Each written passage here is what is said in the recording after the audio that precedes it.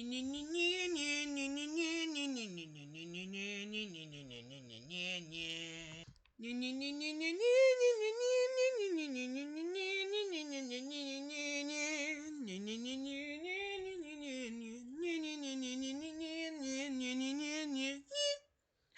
humans! It is I, the Great Papyrus, and welcome back to another AI assistant video.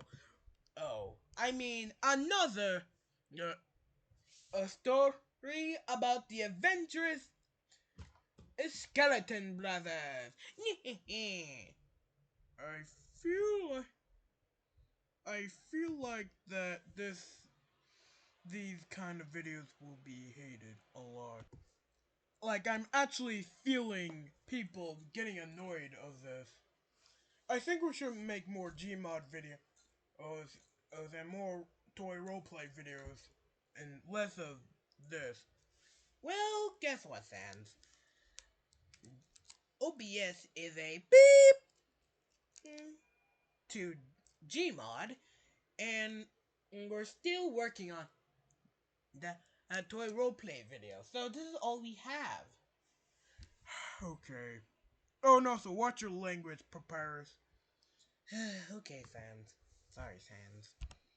Now, when we last left off, I think we made a spaghetti monster. Where should we make next? Oh, I know!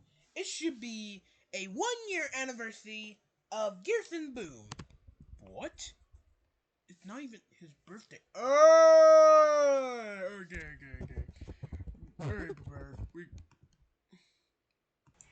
And finish. I can't wait. I can't wait to start the story. Okay. Now I really need to check on your YouTube history because I'm not so sure you know Hell of a Boss. Oh, Sans, don't be paranoid, Sans.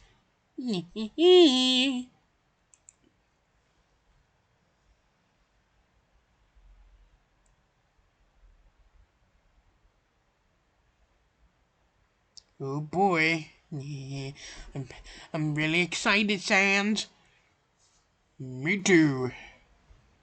I guess, should we? Nah. Yeah, you're right. I don't think we need to copy and paste. Alright. Part 26. In the Snowden Kingdom, the 1-year anniversary of Jerson Boom's death was a somber occasion. Jerson, an elderly olive-green turtle mutant, was well known and respected for his archaeological expertise and humble nature. Everyone, including the two skeleton brothers, was mourning his loss. His absence was deeply felt, as he had been a beloved figure in the community. The two skeleton brothers were devastated by their inability to save Jerson Boom from his fate. The memories of their failed attempt to protect him weighed heavily on their minds. Filled with grief, they returned to their old home, their eyes clouded with tears. Amidst their sorrow, a familiar voice reached their ears, the voice of Jerson Boom.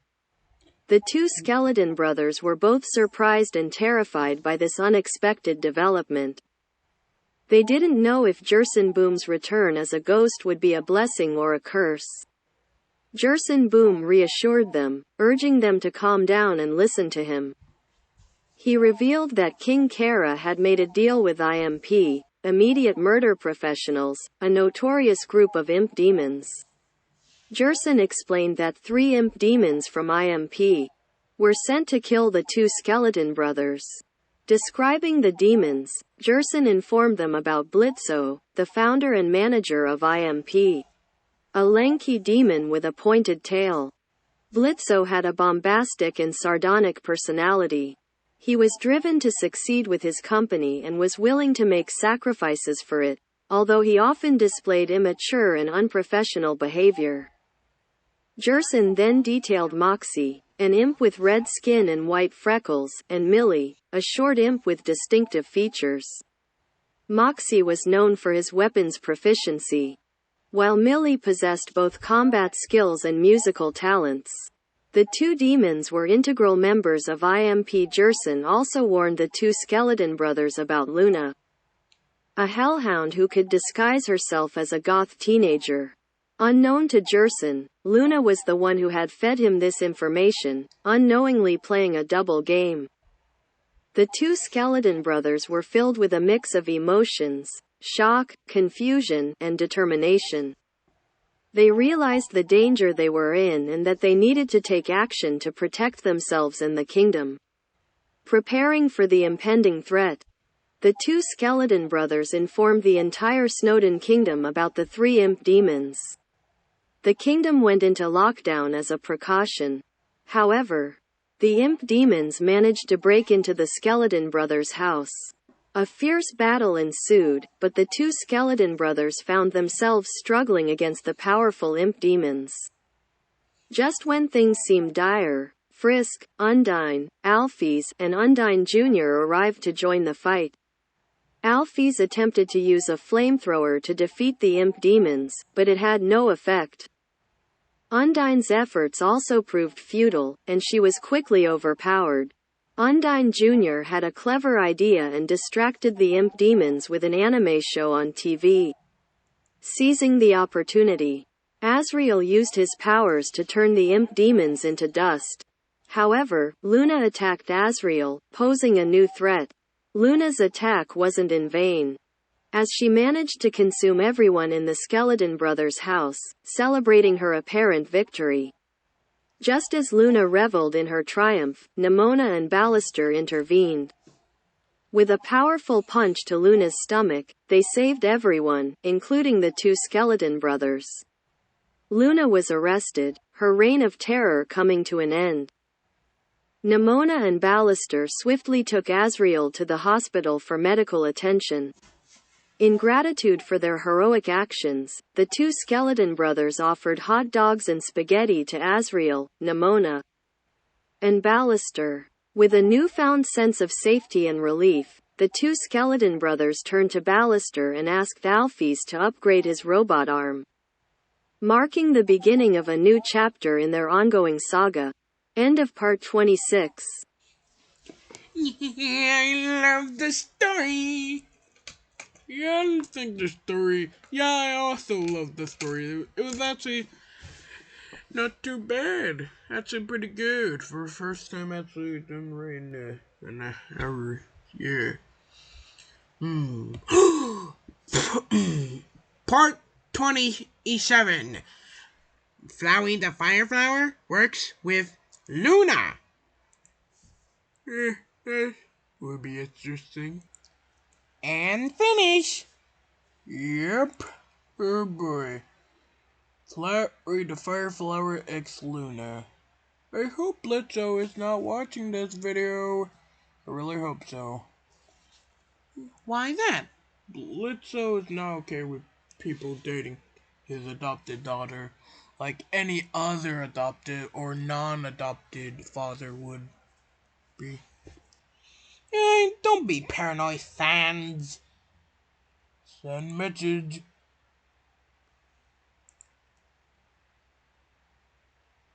Ah, man. Oh.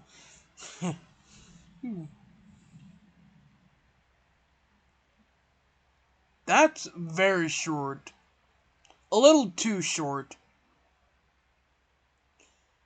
That's a bit too short. Yeah, a little too short. Don't even think about it, Sans. And just don't. Man, this is very small.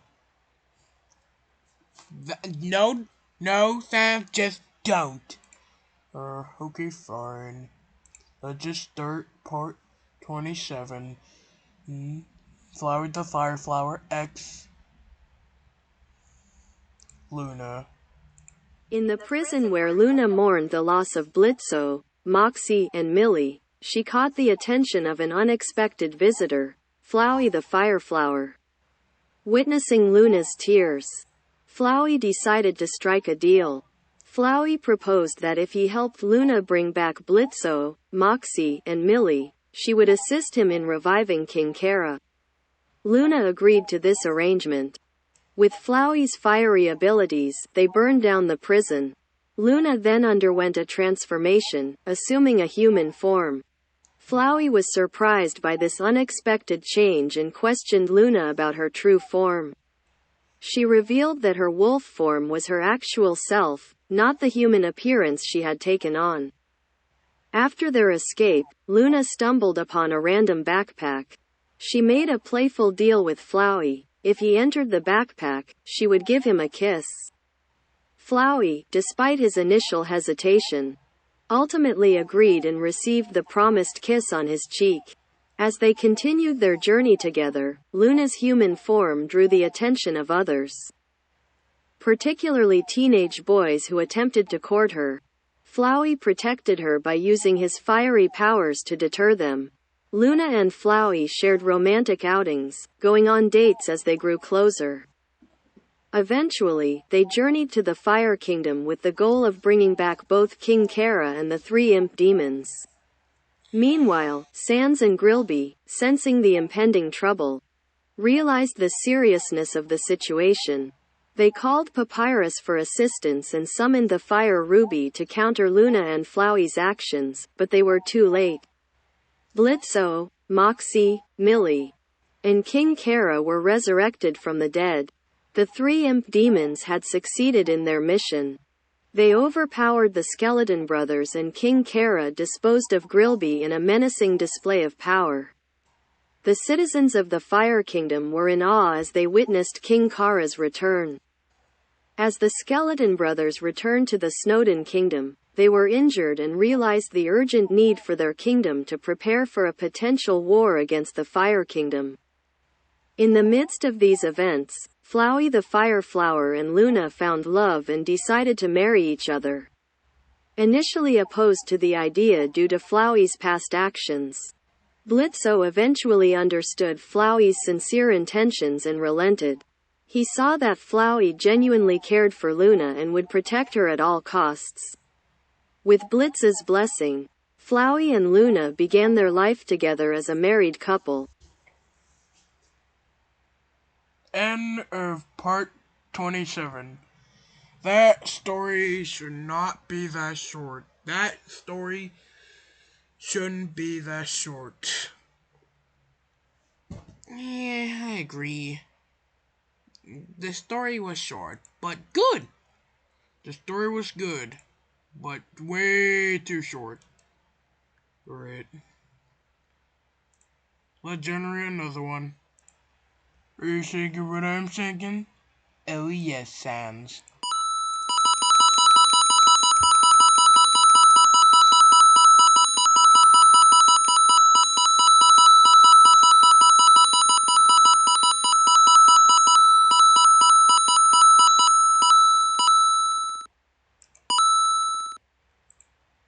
That was fun. I know, right, Sans? Sans, I'm not so sure about this. Don't worry, Papyrus, it'll be fine. Sans, but look. Sometimes some stories need to be dark. Yeah, but this is dark. Papyrus, you watch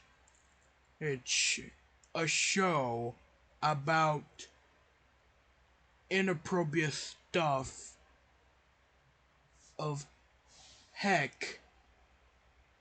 So this shouldn't be bothering you. Sans, okay, you can generate it.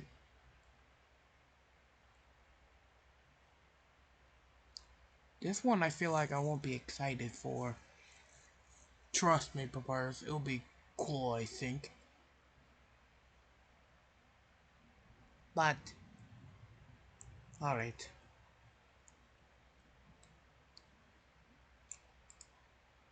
Copy.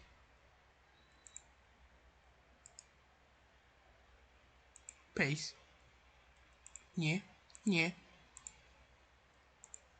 Part 28. The War of the Snowden Kingdom and the Fire Kingdom. 3, 2, 1, go!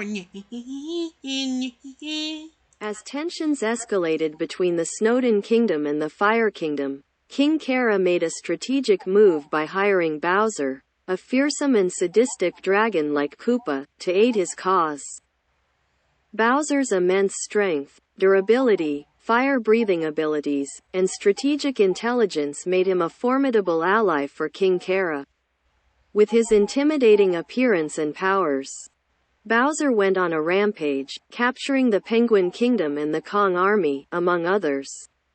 In the midst of this, King Kara adopted King Ghidorah, a golden dragon monster with 3 heads and the power to produce gravity beams, fly at high speeds, and manipulate hurricane-force winds.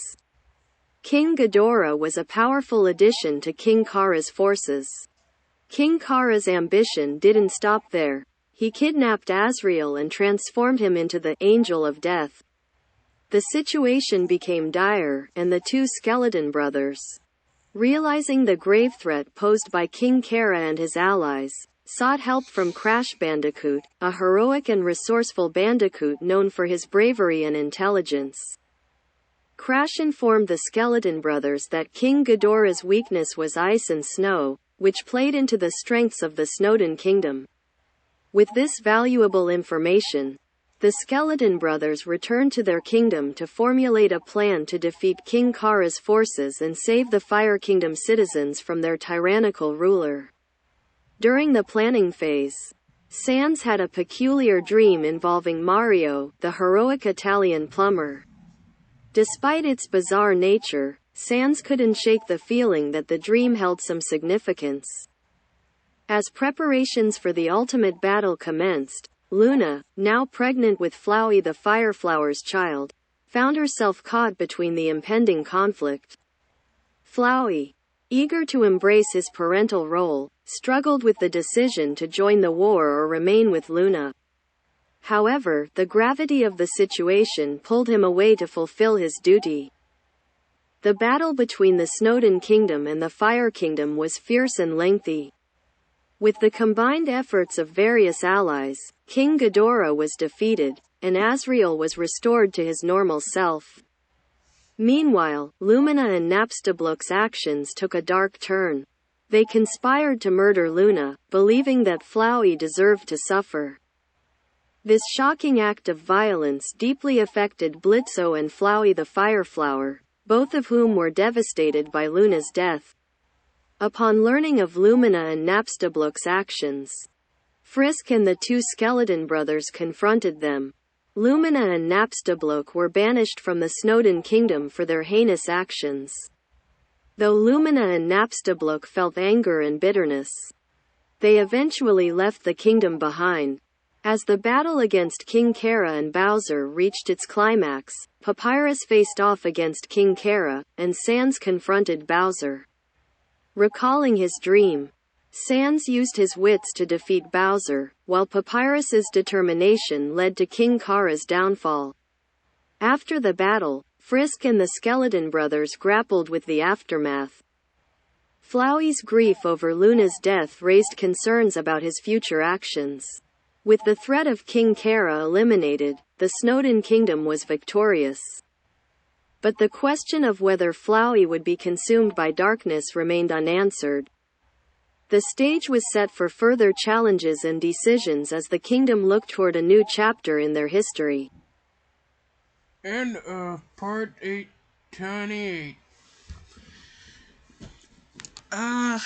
Well. Okay. I would, but nah. Alright. Let's make this story about Blitzo. Yeah. Alright. And finish. Wow. I'm sorry. Hold on. Just scratching my eye sockets. Yeah. Alright. Alright. Yo, Papyrus, yeah? Finished. Oh! Okay. Generate.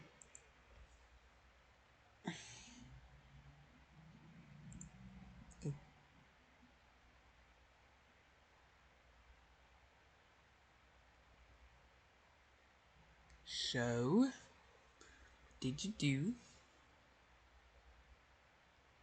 Oh, come on, another short story, really? Okay. Alright. Copy. Just gonna get rid of some of that. And then paste.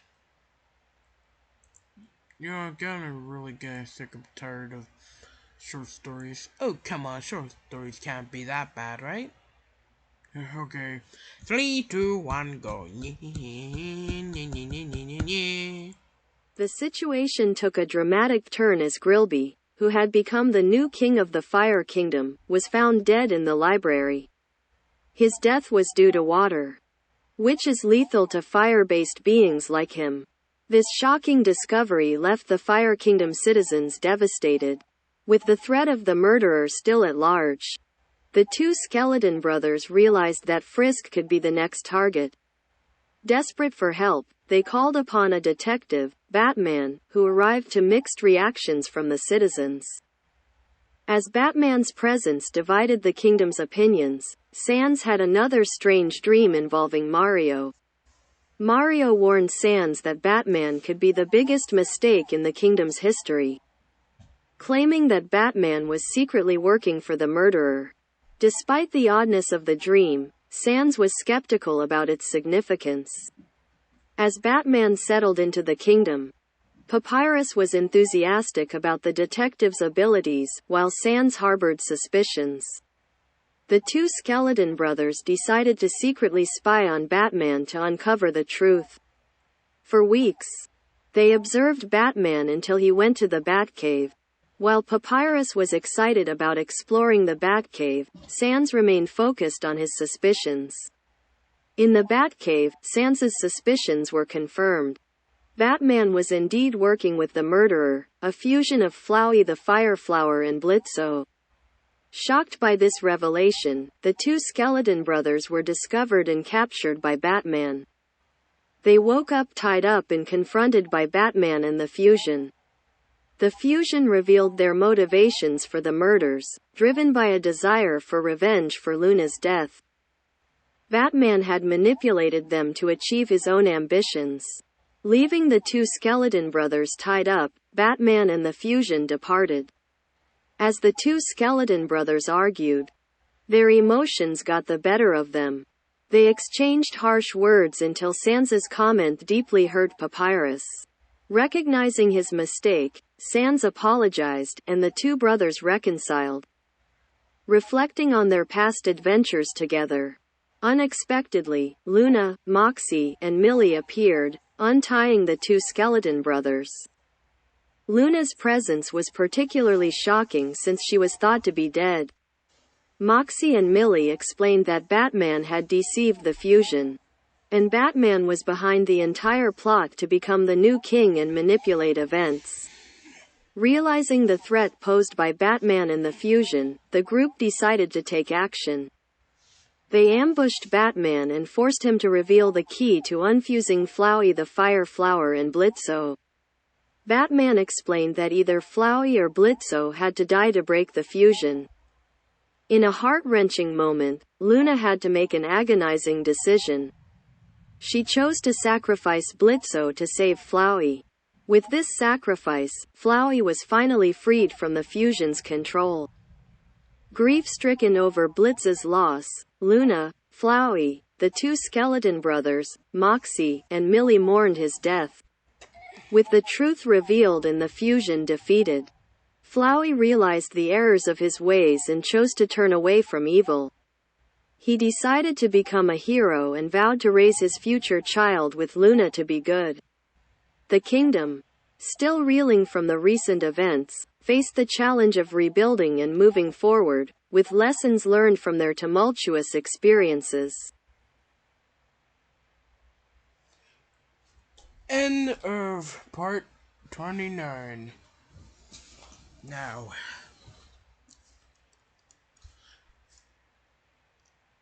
alright, part 30? Definitely part 30.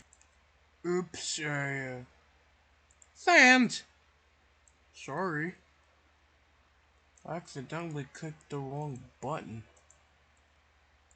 See, they actually fought. Well, of course they wouldn't. Lumina and Napstablook, in their newfound alliance, threw a party to commemorate the death of Blitzo.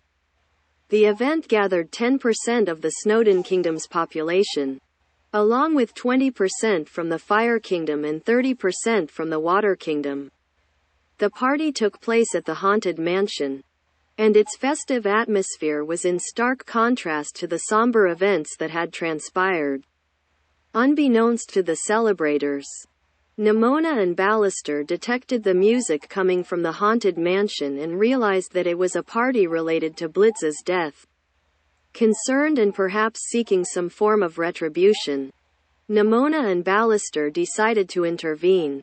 As Ballister attempted to contact the Skeleton Brothers, Lumina unleashed a laser beam towards him, displaying her formidable abilities. Recognizing the threat, Nimona and Ballister knew they had to deal with Lumina and Napstablook to achieve their own goals. Lumina possessed the power to open portals to various worlds within Imaginary World, enabling her to manipulate space. She also had the ability to fly and teleport, granting her a strategic advantage in combat. Napstablook, on the other hand, had tears with magical properties that could cause damage. These tears were versatile, even taking the form of a hat when shaped by Napstablook. Ballister was skilled in combat, wielding a sword with expertise, and he also had some mechanical skills. Nimona possessed a unique form of invulnerability, being able to survive injuries that would harm others, although she still felt pain to some extent. She was creative, swift, and physically strong, often surpassing trained knights in combat. Nimona had the extraordinary capability to alter her physical appearance, granting her additional. Yeah, that's just talking about power. Alright, let's just take all of this.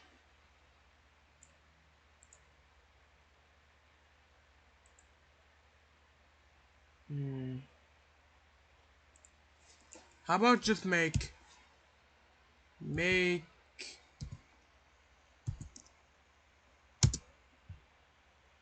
part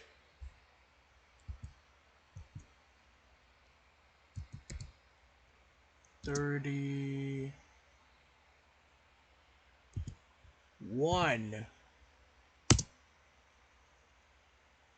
about. That should do it. This fight should be interesting. Yeah, this should.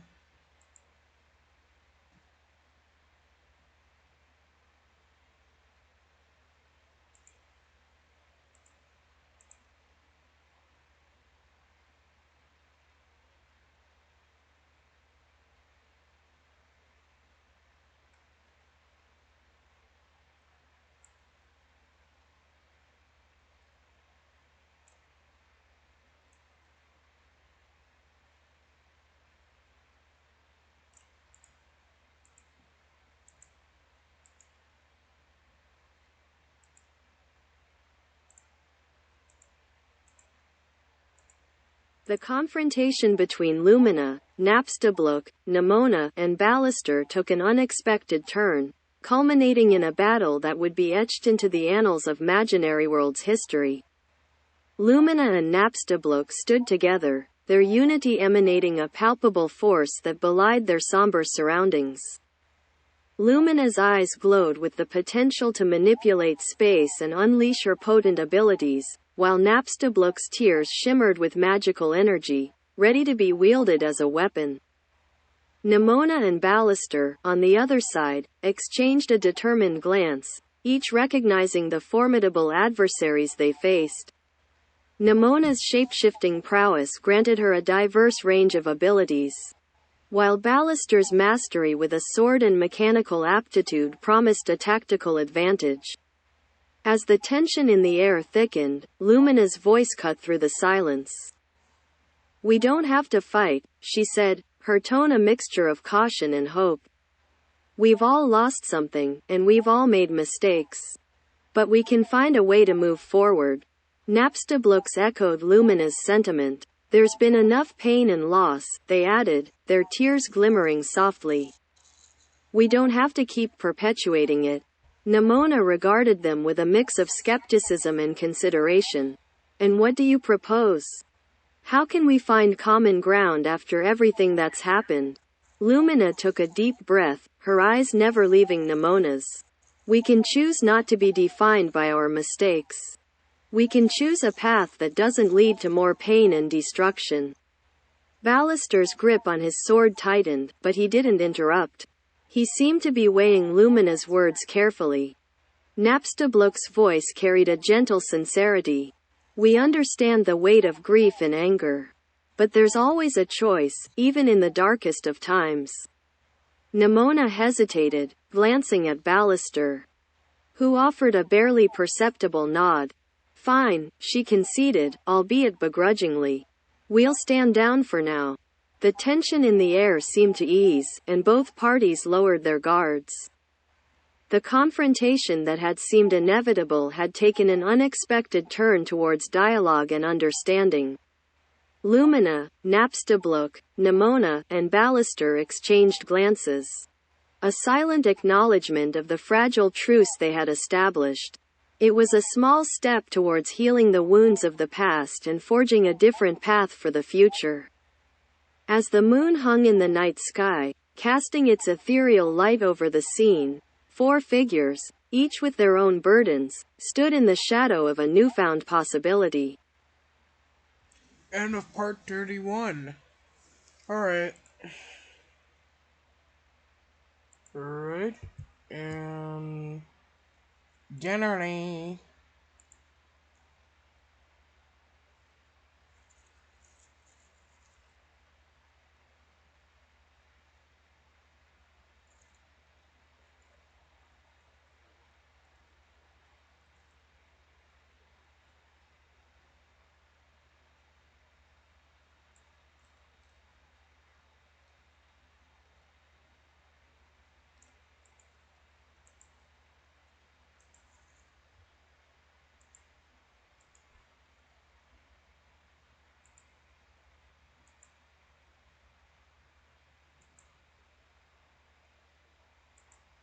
The aftermath of the confrontation left an atmosphere heavy with tension and unresolved emotions.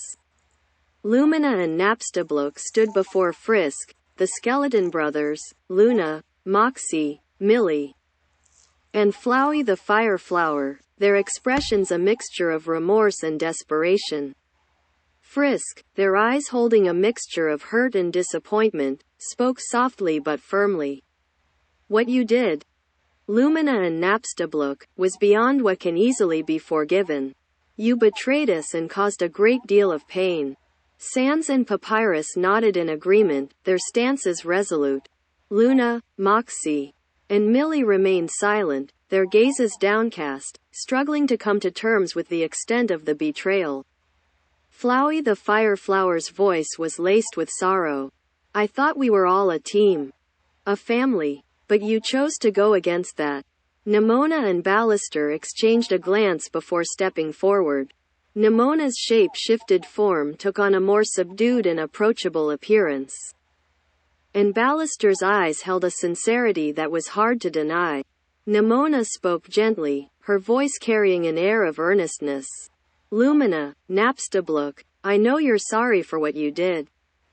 And while it might not be easy, sometimes all we can do is try to make amends." Ballister added, his words measured and heartfelt. People make mistakes, even big ones. But the important thing is to show that you've changed, that you're willing to do whatever it takes to right those wrongs. Lumina's eyes welled up with tears, her voice breaking as she spoke. We truly are sorry, more sorry than we can express. We never meant for any of this to happen. Napstablook nodded in agreement, their voice equally filled with remorse. We lost sight of what truly mattered. We let our anger and pain cloud our judgment. Frisk's expression softened a fraction. Forgiveness is a complex process, and it won't happen overnight. But if you're sincere in your regret and willing to prove that you've changed, then maybe, in time, we can start rebuilding the trust that was shattered. Luna, Moxie, and Millie exchanged glances. Their own emotions still raw. Luna's voice was steady, though laced with sadness. We're not there yet, but we're willing to listen. The atmosphere seemed to shift slightly. A glimmer of hope weaving through the heavy air. The path ahead was uncertain, but the possibility of redemption and forgiveness was not entirely closed. Nimona and Ballister exchanged a look of gratitude, knowing that their efforts to bridge the gap between Lumina, Napstablook, and the others were a small step towards healing the fractures that had formed.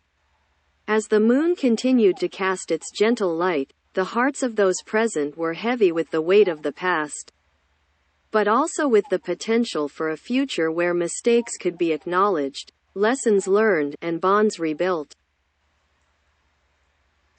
End of part 32. What did Flower the Fireflower just said? I thought we were friends or family. Yeah, we should definitely change that. If we're going to make the Skeleton Brothers series,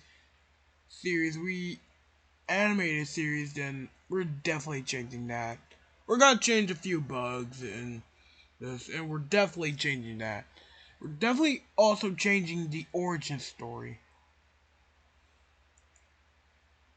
Alright.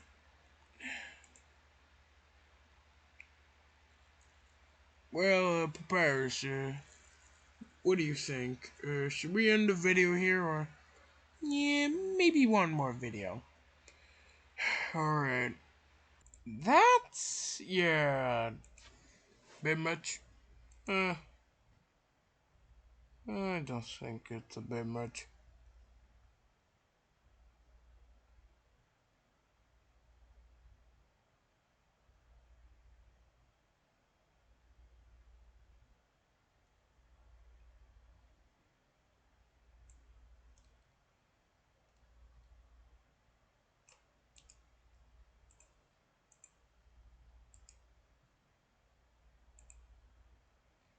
Oh, also a reminder, this is the last story we're gonna tell.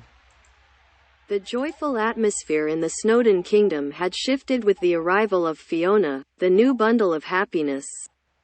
However, amidst the celebrations, there was a dark cloud that loomed. One that brought forth painful memories. As the Snowdin Kingdom basked in the aura of the adorable Fiona, Asriel, Toriel's son, struggled silently with his own emotions. The anniversary of his mother's death weighed heavily on his heart, and he felt overlooked and forgotten amidst the overwhelming attention Fiona was receiving. With a heavy heart, Asriel gathered the courage to remind the kingdom about the significance of the day, the anniversary of Queen Toriel's passing. However, his attempts to be heard were drowned out by the overwhelming adoration for Fiona. His voice was silenced by the adulation for his little sister. No! As the day progressed, Asriel's sense of isolation deepened.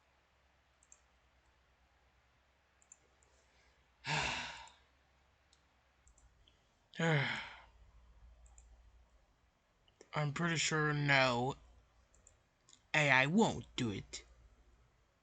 It won't. It won't mess it up.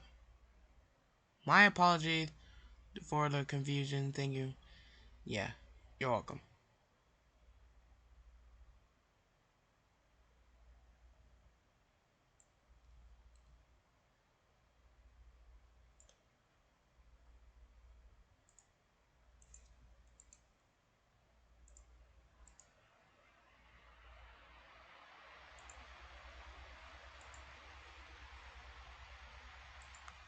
I just realized that this story is... The Snowden kingdom was filled with jubilation as Luna, transformed from a wolf into a human, had given birth to a precious child. The question of what to name their newborn daughter hung in the air. And Luna turned to Flowey the Fireflower for his suggestion. "I think we should name her Fiona," Flowey the Fireflower suggested with a warm smile, his eyes reflecting the love he held for both his wife and their newly arrived child. Luna's eyes sparkled with approval as she gazed at their daughter cradled in her arms. "Fiona," she whispered the name, and it seemed to fit perfectly, carrying with it a sense of enchantment and promise. As Fiona's presence graced the kingdom, her innocence and charm quickly captured the hearts of all who laid eyes on her. The Snowden kingdom embraced her with open arms, and the streets were alive with celebrations in honor of her birth. However, amidst the joy, there was still pain. Asriel, Toriel's son, struggled with his own feelings of being overshadowed, especially on a day that carried the weight of his mother's memory. He tried to remind everyone about the significance of the day, but his voice was nearly drowned out by the festivities surrounding Fiona. As evening settled over the kingdom, the atmosphere shifted. Asriel's pain and isolation were palpable, and the realization of his struggle deeply affected those who loved him. Frisk, the Skeleton Brothers, Luna, and Flowey the Fireflower all felt a heavy ache in their hearts as they witnessed Asriel's sorrow. Frisk stepped forward, placing a comforting hand on Asriel's shoulder. "We see you, Asriel," Frisk said softly. Their eyes filled with understanding. "Your pain matters just as much, and we're here for you." Luna, her maternal instincts strong, approached Asriel and offered a tender smile. "Fiona's arrival doesn't diminish the love we have for you," she reassured him. "You are—" Stop, just stop. You just messed it up. There, that should do it.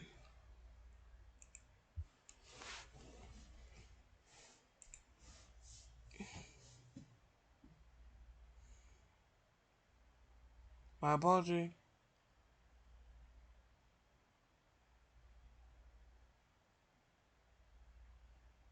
Oh no. I feel like AI has messed up again. Ugh.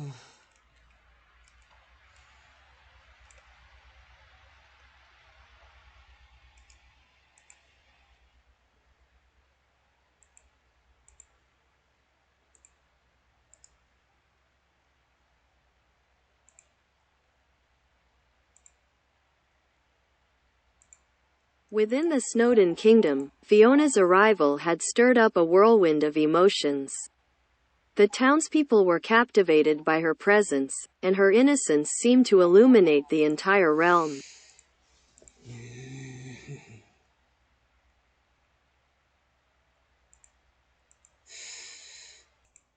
Alright.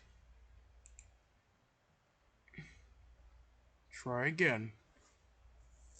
Alright, try again. I apologize for any confusion. Q4 verifying. Here's the base on your... Whoa! Okay. Here's your generating.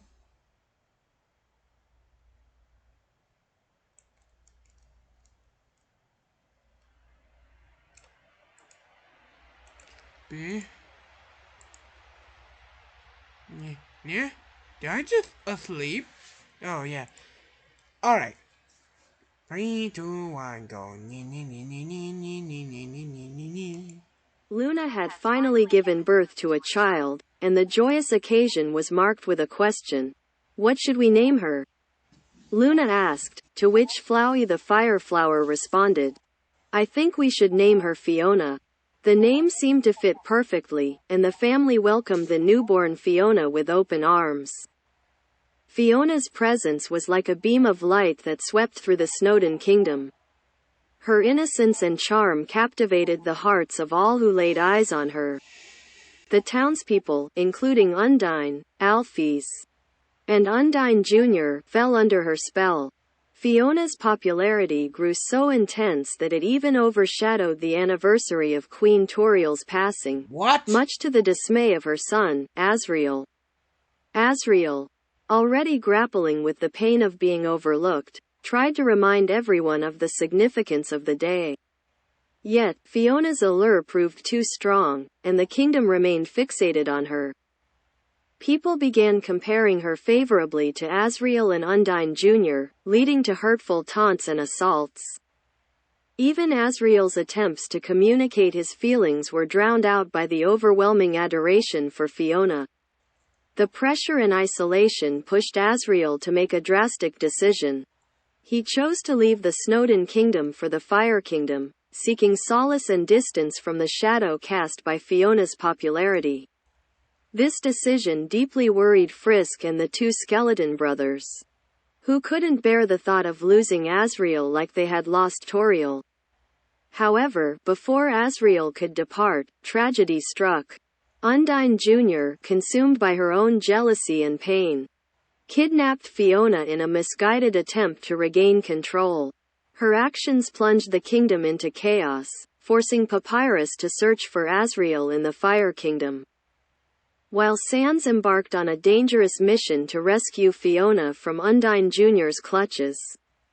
As Sans confronted Undine Jr., he saw a reflection of his own past mistakes and regrets. In Undine Jr.'s actions, he saw the darkness that had once consumed him as well. As the battle raged on, Undine Jr.'s true intentions began to unravel, revealing her own pain and struggle for identity. Meanwhile, in the Fire Kingdom, Papyrus found Asriel on the brink of his own departure. Asriel's decision mirrored Toriel's past journey, a painful reminder of the wounds that had never fully healed. Papyrus, drawing from his own experiences, offered Asriel guidance and empathy, helping him find a way to heal and move forward. The confrontation between Sans and Undine Jr. escalated, but it was Asriel's arrival in the Fire Kingdom that brought a turning point. Asriel, having learned from his own experiences, reached out to Undine Jr. with compassion, helping her confront her pain and regrets. The darkness that had consumed her began to dissipate, leaving room for redemption. With Fiona rescued and Undine Jr.'s transformation, the Snowdin Kingdom began to heal. The exaggerated adoration for Fiona waned, and the kingdom learned to appreciate her without overshadowing others. Asriel returned, having found a sense of purpose in the Fire Kingdom. And Undine Jr. started a journey towards self-discovery and growth. End of part 33. Please sure to leave a like, comment, and subscribe. And I'm actually surprised that Papyrus is the first to fall asleep. I have no idea how, but well, good night. Please sure to leave a like, comment, subscribe, and share this video to your friends and family, and check out the check out our first video of this channel, and I guess you can also check out Donatello's theory, I guess. Good night. Good, take a nap.